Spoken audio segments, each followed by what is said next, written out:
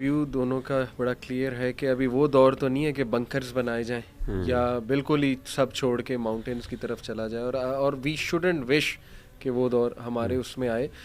Lastly عام آدمی youngster کیا کرے؟ چلیں بنکرز نہیں بنانے, ماؤنٹینس کی طرف نہیں جانا, پھر کیا کرے اس فتنے سے بچنے کے لیے جو سائنز ہمارے سامنے آ رہے ہیں؟ کچھ 2-3 ٹھوس چیزیں آپ عام ایک نوجوان کو کیا بتانا چاہیں کہ یہ کرو جی.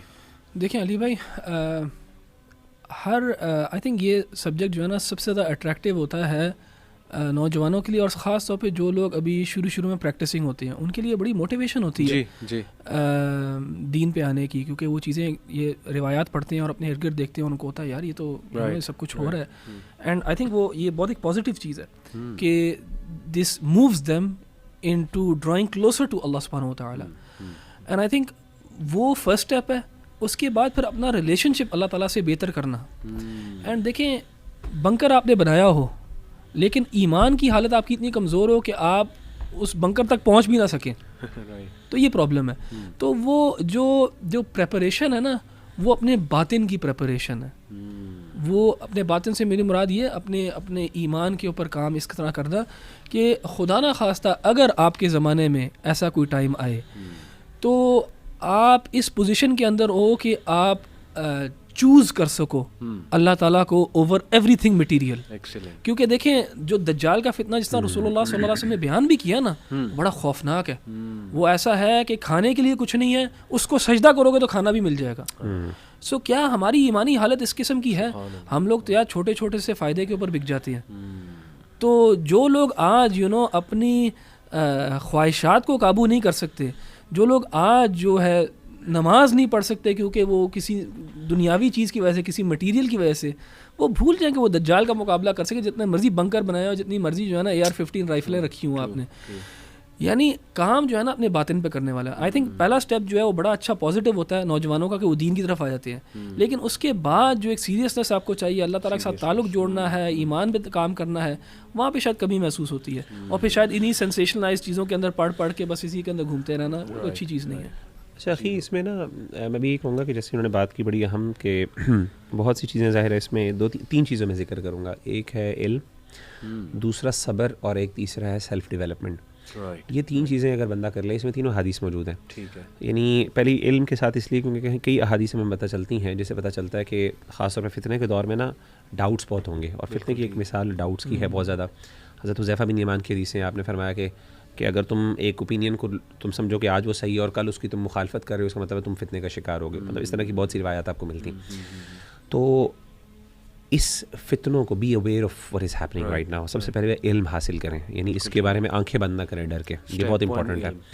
تو جیسے یہ سیشن ہے اس طرح کی باقاعدہ اسٹڈی کریں, جیسے احمد بھائی نے بھی کچھ چیزیں بیان کی, ان کو اسٹڈی کریں, فتنوں کو اسٹڈی کریں, دجال کو اسٹڈی کریں کہ جی کیا کیا, تاکہ آپ اس کو اپنے آپ کو بچا سکیں.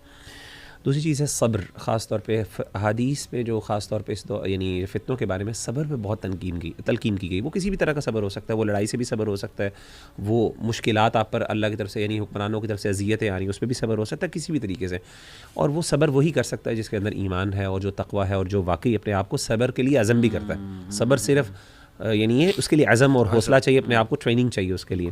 اور تیسری چیز جو خاص طور پہ ایک حدیث میں پتہ چلتی ہے وہ یہ پتہ چلتی ہے کہ جب فتنے بہت زیادہ وارد ہو جائیں اور آپ کو سمجھنا ہے میں کیا کروں, ایک کام آپ کنفرم کر سکتے ہیں, وہ اپنے آپ کو ڈیولپ کر سکتے ہیں. یعنی کلوز ڈورز پہ بیٹھ کے, ٹھیک ہے اسکرین پہ آپ کو نظر آ رہا ہے فتنہ ہو رہا ہے, آپ کو سمجھ نہیں میں کیا کروں, ایک کام تو کر سکتے ہیں نا, اللہ تعالیٰ سے توکل کرتے ہوئے, اپنے دین کے علم حاصل کرتے ہوئے, ساتھ اپنے آپ کو سیلف ڈیولپ کرو.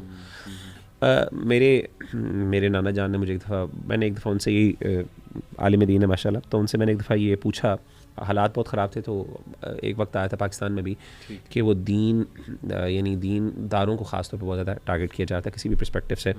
ابھی بھی ہے, وہ ہر جگہ پہ ہے کہ جو بھی بندہ ہوتا ہے اس کو کسی نہ کسی طریقے سے اللہ معاف کرے لوگ مخالف ہوتے ہیں, وہ کرتے ہیں. تو میں نے کہا کہ نانا جان مسئلہ یہ ہے کہ اب کیا کام کریں, کسی جگہ پہ بھی آپ پریکٹیکلی کچھ نہیں کر پاتے, تو وٹ از دا ٹائم, یعنی آپ کے خیال میں آج کل کا ٹائم کس چیز کے لیے ہے؟ انہوں نے کہا یہ تیاری کا ٹائم ہے. اپنے آپ کو تیار کرو, پڑھو, سمجھو, سیکھو, سیلف اپنے جسمانی طور پہ اپنے آپ کو ٹرین کرو, اور اللہ تمہیں خود جسمانی طور پہ بڑا امپورٹنٹ, جسمانی طور پہ یعنی یہاں تک کہ یعنی جسمانی طور پہ اپنے آپ کو ٹرین کرو, علمی طور پہ اپنے آپ کو یعنی یو شوڈ بی ریڈی. اچھا وہ عمل کب کرنا ہے, ڈیفینڈ کب کرنا ہے, آگے کب میدان عمل میں کب آنا ہے, وہ کہتے ہیں وہ اللہ تمہیں خود بتا دے گا کب اس پہ کرنا ہے. تو میں کہتا ہوں کہ سیلف ڈیولپمنٹ, باقاعدہ حدیث سے آپ صلی اللہ علیہ وسلم فرمایا کہ عوام الناس کو چھوڑ کے تم اپنے آپ کو اپنے جو ہے نا وہ اپنے نفس کے اوپر خاص طور پہ اپنے وہ فوکس کرو. زبردست جی زبردست. واٹ اباؤٹ سورہ کہف, you know understanding it deeply, اس کا تو ہے نا تذکرہ حدیث, بالکل اس کا ایک رول ہے. تو جی بہت ایسے اہم بات ہم سے مس ہو گئی, آپ نے ذکر کر اس پہ, بلکہ ہم ایک پوڈ کاسٹ کریں گے انڈرسٹینڈنگ سورہ کہف پہ, اور آپ دو کو ہی میں چاہوں گا کہ انشاءاللہ اس پہ میں لوں, تاکہ اس کے جو سٹوریز ہیں اس میں بڑے لیسنز ہیں, اور اس کا کچھ تو ریلیشن دیکھیں نا احمد بھائی, فتنے کے دور کچھ کیا ہے ہی ریلیشن. جی ایگزیکٹلی. تو اس پہ میں چاہوں گا پورا ایک سیشن جو ہم کریں, لیکن ابھی کے لیے یہ کہ سورہ کہف کو انڈرسٹینڈ کرنا اور اس کو پڑھنا ہر جمعے, یہ میرے خیال مسلمانوں کے لیے بہت زیادہ جو ہے ضروری ہو گیا. جزاک اللہ خیر brothers, it was a very interesting discussion.